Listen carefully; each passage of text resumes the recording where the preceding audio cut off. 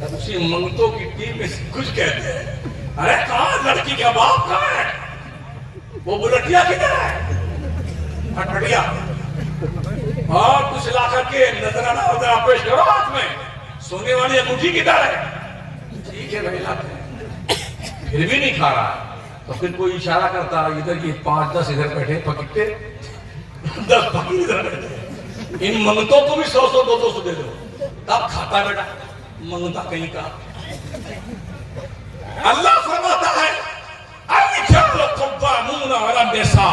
مرد عورتوں پہ حاکم بنایا گیا، حاکم منگتے کہیں کے، حاکم کہیں منگتا ہوتا ہے؟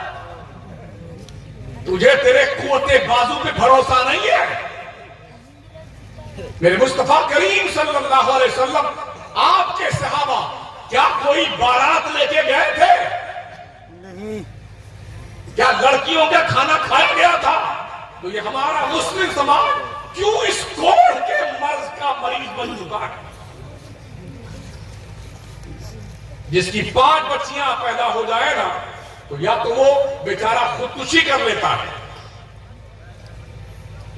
یا تو خودکشی خود کر لیتا ہے بوڑھا باپ، یا ماں باپ دونوں کر لیتے ہیں، یا بچیوں کے ساتھ کنویں میں چھلانگ لگا دیتے ہیں۔ کیوں؟ اس لیے کہ قوم کے سفید پوش بھیڑیے درندے ان کی دجالی پن کی بنیاد پر قوم کے بچیوں کی، غریب بچوں کے ہاتھ پیلے نہیں ہو پاتے،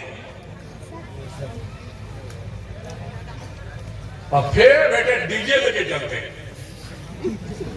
شادی میں تو نچتے نچنیے، وہ جو اسپیشل نچنیے تھے کہیں رو رہے ہوں گے اور کمینے کہاں تم پیدا ہو گئے گندہ چھین لیا ہمارا۔ پہلے ٹیم آتی تھی ناچنے والوں کی، کنجریوں کی، فقیروں کی، نچنیوں کی، تو اب تو سب گھر ہی میں نچنیاں بن گئے ہیں۔ یہ کاکا والا ہے، یہ موسی والا ہے، یہ ماما والا ہے، یہ 4-5 دوست ہیں اسکول کے ہمارے کلاس پھیلو ہیں، یہ سب ہمارے اسپیشل ناچنے والے ہیں، ان کی ٹیم دیکھی۔ اسی لیے میں اس پہ تجربہ کرتا ہوں، یعنی ایک ہفتہ سے کبھی لال دکھتا ہے کبھی پیلا دکھتا ہے، تو غور کیا تھا ایسا کھرچ کر کے بیٹا گلوا کو لال کرتا ہے، ہاں اس کو دیکھا وہ اپنے آپ کی پتلی میں اسپیشل طور پر الگ سے وہ کوئی لگاتے ہیں، لیس بچھاتے ہیں بورا اور بال کٹوائیں گے بیٹے، خنزیر کا بال کیسے کھڑا ہوتا ہے ایسے اوپر اتنا، اور یہاں رن وے بنائیں، یہاں سے ہیلی کاپٹر اترے تو ادھر، اور اسی ایئرپورٹ کے رن وے پر دل بنواتے ہیں، اسی بنوے کے اندر اسی میں تیر گھساتے ہیں، ایسے سجتے ہیں جیسے کوئی دلہن سجتی ہے۔ اللہ کا نبی فرماتا ہے جو مرد عورتوں کی وضاقتہ ان کے عادات اختیار کرے اس پر اللہ کی لعنت ہے۔ او ملعونوں، نچنیوں، منگتوں، کمینوں، تمہیں ہوا کیا ہے؟ ناچتے ہو تم؟ یہ تو ہجڑوں کا کام ہے، کجریوں کا کام ہے، یہ ڈی جے لگے بیٹے گھومتے ڈی جے آج ارمان نہیں نکال لے، اور کہیں ملک الموت تیرے پورے ارمان نکالنے آ جائے پھر کیا کرے گا؟ نہیں سنا دولے راجہ جا رہے تھے ابھی نکل یہ نہیں ہوا ہے، ملک الموت نے کہا چلیے ٹائم ہو گیا آپ کا، ایک سامنے سے گاڑی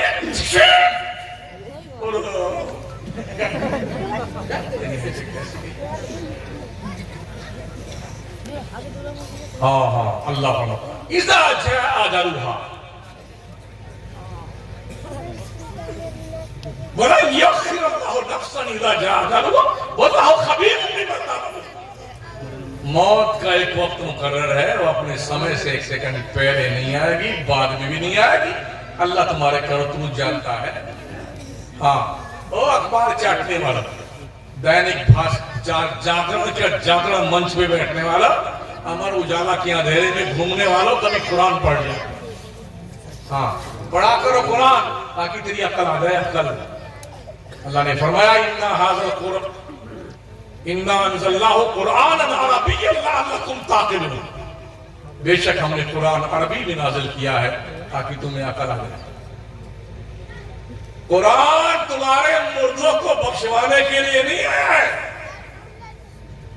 اتنے مدرسے چلتے ہیں جیسے کوئی مرا نا گھر والے مفتی صاحب, مولانا صاحب, محتمم صاحب, صدر مدرک حضرت ہمارے ابا مر گئے ہیں, یتیم بچوں کو بھیج دیجیے فاتحہ کے لیے. تیرا باپ مرا یتیم تو بتا ہے کہ مدرسے کے بچے یتیم بچوں کو بھیج دیں. یہ جو بچے پڑھتے ہیں کہ یتیم نہیں ہے. ارے اتنے شاندار مالدار یہ چلتے ہیں تو ان کے پیروں کے نیچے فرشتے نوری پر بچھاتے ہیں. تم نے کبھی رتبے ان کے پڑھے ہیں؟ اگر یہ قبرستان کی سائڈ سے گزر جائے اللہ قبرستان سے 40 دن کا عذاب اٹھا لیتا ہے. یتیم بچوں کو حضرت بھیج دیجیے, اس کو پتہ ہی نہیں کہ یتیم میں ہوا ہوں کہ مدرسے کے بچے. اگر مولانا محتمم نے کہہ دیا ابھی چھٹی کا ٹائم جب ہو جائے گا تب فاتحہ کروا دیں گے, ابھی تو بچوں کی پڑھائی کا ٹائم. ارے ابھی کروائیے. ارے بھائی صاحب کچھ نہیں کروائیے ورنہ چندہ لینے بتائیں گے. دھمکی دے گا بیٹھو چندہ لینے آپ بتائیں. اگر اللہ نے تجھے اس لائق بنایا ہے جو تو دھونس دیتا کہ چندہ لینے آتا ہے اور اللہ کہہ دے اب تم مانگتے میرے کو دینے نہیں, تو کیا کرے گا؟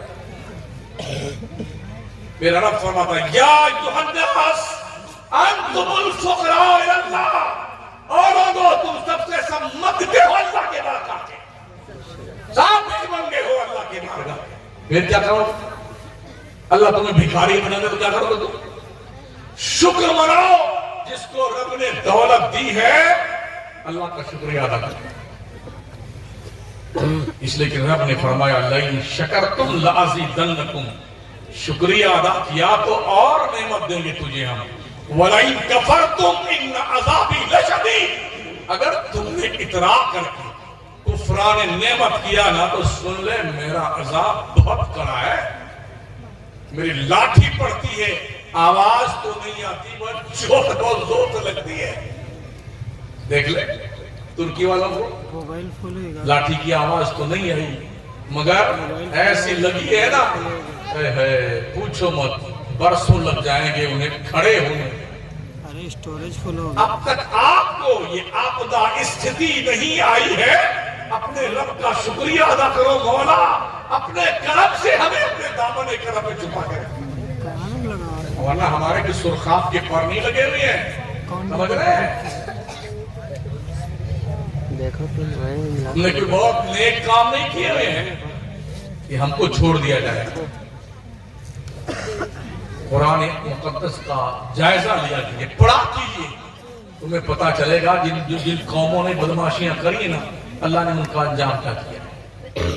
پھر نبی صلی اللہ علیہ وسلم ارشاد فرماتے ہیں, حضرت ابو امامہ رضی اللہ تعالیٰ عنہ اس حدیث پاک کے راوی, مفہوم حدیث, کہ لوگ قرب قیامت میں ایک ایسا دور آئے گا لوگ سوئے رہیں گے, صبح اٹھیں گے تو اللہ ان کی شکلوں کو سور اور بندر کی شکل میں بدل دے. یہ کون لوگ ہوں گے؟ آقا فرماتے ہیں یہ شراب پینے والے لوگ ہوں گے, جوا کھیلنے والے لوگ ہوں گے, سٹا لگانے والے لوگ ہوں گے, بے حیائی کرنے والے لوگ ہوں گے, زناکاری کرنے والے لوگ ہوں گے. سمجھ رہے ہیں کہ وہ لوگ ہوں گے رات کو سوئیں گے, صبح اٹھیں گے تو شکل سور کی بن جائے گی, بندر کی بن جائے گی. یہ ریشم کے کپڑوں کو پہنیں گے, یہ عورتوں کے ساتھ اٹھنا بیٹھنا فخر سمجھیں گے, غیر محرموں کے ساتھ میں, اور ناچنے والی عورتوں کے ساتھ بیٹھیں گے اٹھیں گے. اللہ ان کو اپنے عذاب سے ایسا دوچار کرے گا یہ اپنی اوقات بھول جائیں گے. کہیں ایسا نہ ہو سکے, اللہ بچائے گا اپنے عذاب سے ہمیں. اور تو اگر اللہ نے دیا ہے نا تو مدرسوں کا تعاون کیا کیجیے, مسجدوں میں پیسے دیا کیجیے. اللہ کا یہ بھی حکم ہے وَفِي أَمْوَالِهِمْ حَقٌّ مَّعْلُومٌ لِلسَّائِلِ وَالْمَحْرُومِ. وہ کمانے والے, تیری دولت میں اللہ نے مانگنے والوں کا حق رکھا ہے, اور جو محروم ہے مانگ نہیں پاتے ہیں, پتہ لگا کے ان کو دے کے آدھا شرافت کے ساتھ ہے, ان کا حق